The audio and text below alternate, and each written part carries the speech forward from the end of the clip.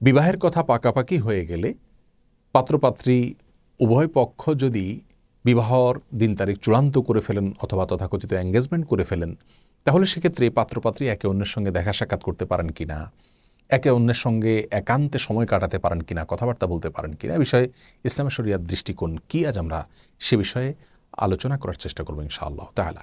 প্রিয় দর্শক, আমাদের সমাজের বড় একটা অংশ মনে করে যে বিবাহের কথা পাকাপাকি হয়ে গেলে, চূড়ান্ত হয়ে গেলে, দিনক্ষণ ঠিক হয়ে গেলে বা তথাকথিত এঙ্গেজমেন্ট হয়ে গেলে সেক্ষেত্রে ছেলে মেয়ে একে অন্যের সঙ্গে বোঝাপড়ার জন্য, একে অন্যের মধ্যে জানাশোনাটা বেড়ে ওঠার জন্য, গড়ে ওঠার জন্য তারা নির্জনে সময় কাটাতেই পারে, কথাবার্তা বলতেই পারে।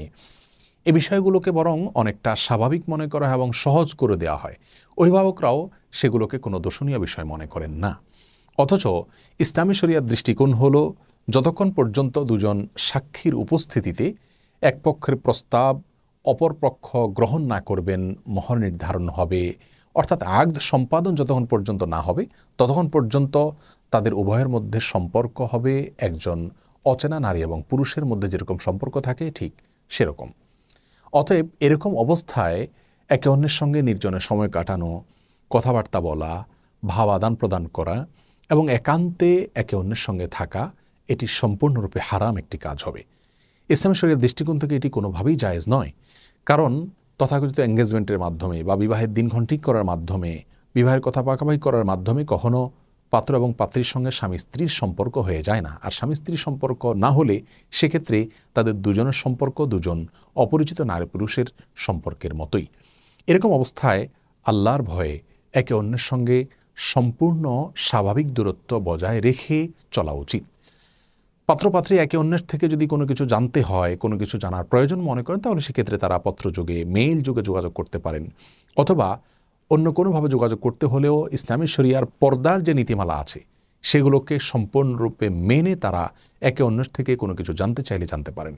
আজকাল বিবাহের দিনক্ষণ ঠিক করার পর আগদ অনুষ্ঠানের আগে তথাকথিত এই বোঝাপড়া, তথাকথিত জানাশোনার যে কসরত, সেটা কিন্তু বেশিরভাগ দম্পতিরা করে থাকেন। এর পরেও কিন্তু বৈবাহিক জীবনে বা দাম্পত্য জীবনে তারা সুখী হতে পারছেন না।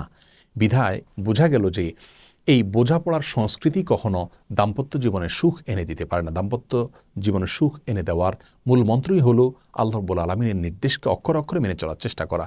যে বিবাহের শুরুতেই আল্লাহর অবাধ্যতা থাকে, হারাম সম্পর্ক থাকে, সে বিবাহের মাধ্যমে দাম্পত্য জীবনে কখনো সুখ আসতে পারে না, যেটা আমরা দেখতে পাচ্ছি আজ অহরহ আমাদের সমাজে রয়েছে। রাসূল করিম সাল্লাল্লাহু আলাইহি ওয়াসাল্লাম সহিহ বুখারী বর্ণিত হাদিসে ইরশাদ করেছেন, লা ইয়াখলুয়ান্না রাজুলুন বিইমরাআতিন ইল্লা মাআহা যু মাহরামিন।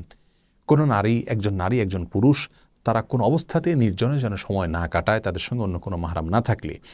তিরমিজি বর্ণিত হাদিসে বলেছেন যে এরকম যদি পরিস্থিতি তাদের হয়, অর্থাৎ তারা যদি একে অন্যের নির্জনে সময় কাটায়, তাহলে তাদের সঙ্গে তৃতীয় ব্যক্তি থাকে শয়তান। সে তাদেরকে বিপদগামী করার জন্য, অন্তত মনের গুনাহ তাদের ভিতরে যেন সৃষ্টি হয় সেজন্য চেষ্টা করতে থাকে। অতএব বিবাহের কথা পাকাপাকি হওয়ার পরেও আগদ অনুষ্ঠান সম্পাদন হওয়ার আগ পর্যন্ত কোনো পাত্র কোনো পাত্রীর সঙ্গে স্বাভাবিক কোনো সম্পর্ক, যোগাযোগ, কথাবার্তা, রসিকতা, তথাকথিত বোঝাপড়ার জন্য এই কাজগুলো করা কোনো অবস্থাতেই জায়েজ নেই। আল্লাহ রাব্বুল আলামিন আমাদেরকে সর্বাবস্থা আল্লাহ রাব্বুল আলামিনের সমস্ত নির্দেশগুলোকে অক্ষরে অক্ষরে মেনে চলার তৌফিক দান করুন। আসসালামু আলাইকুম।